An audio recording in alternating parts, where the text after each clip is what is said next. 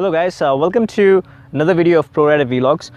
Today I have the Fz25 with me, and this is going to be a short video about the 5 things I love and the 5 things I hate about this bike.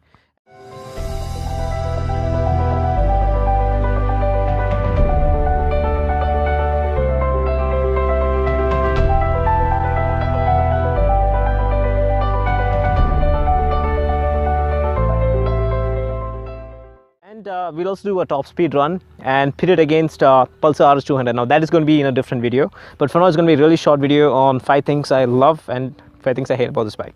So starting with the pros, the first thing, it has to be the engine. Now, being an RS200 owner, the first time I stepped foot on the Fz25, it was a delight to ride in the city. As much as, most torque was available right from 3000 RPM, and between 4000 to 7000 RPM, this bike is very punchy, and it just feels, you just feel really good to ride it and maneuver it within the traffic.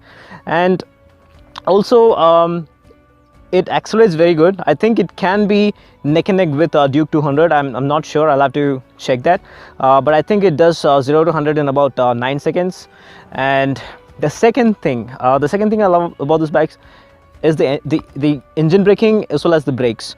I think from 100 to 0 you can decelerate in about 3 seconds. Of course, you have to use proper technique.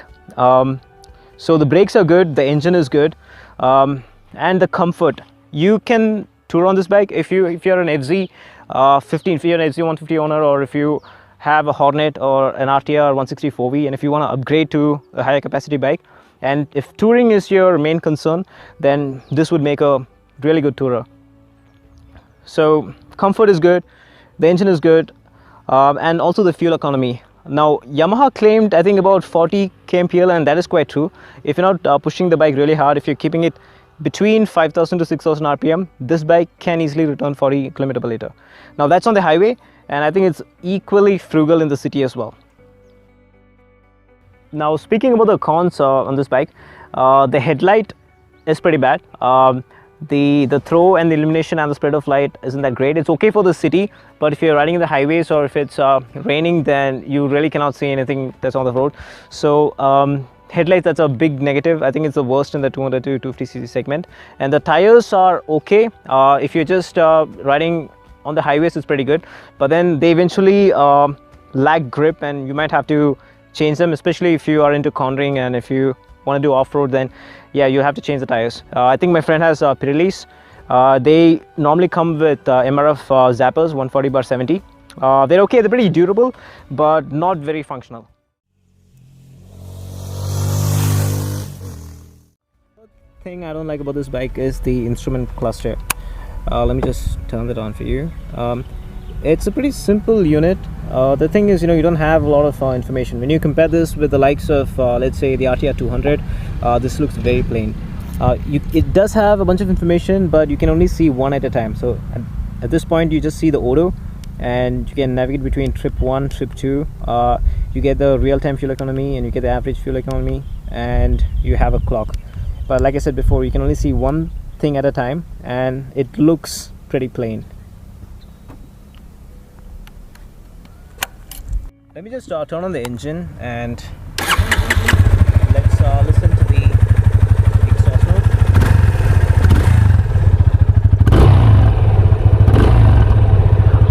I love the exhaust notes, but then if you listen closely to the engine, you can hear some kind of tappet noise.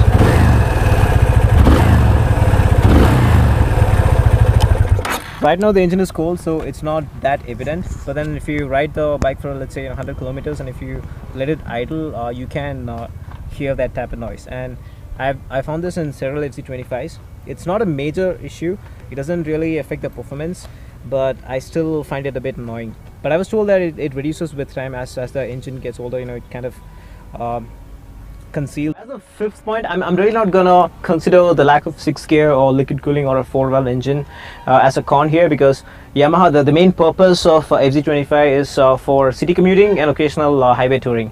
They never advertise this as a performance oriented machine. Although it's a really good performer, it does have a lot of torque. It has a very peppy engine, but it lacks the top end, but that's obvious.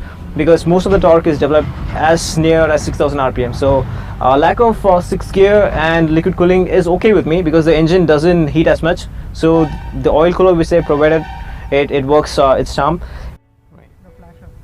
Also, I'm not really a fan of the switchgear. It looks okay, but you know, Yamaha used to set the standard for quality, and I think now they should learn from TVS. We have an RTR 200. I'll be showing you the switchgear on that bike as well. Flash, the pass light, I don't know why they kept it here. I'm more of a guy who's used to using the flashlight over here in this area. So this is something which people will get, you know, they will take time to get used to. Overall quality of switchgear is mediocre. It isn't Yamaha standard.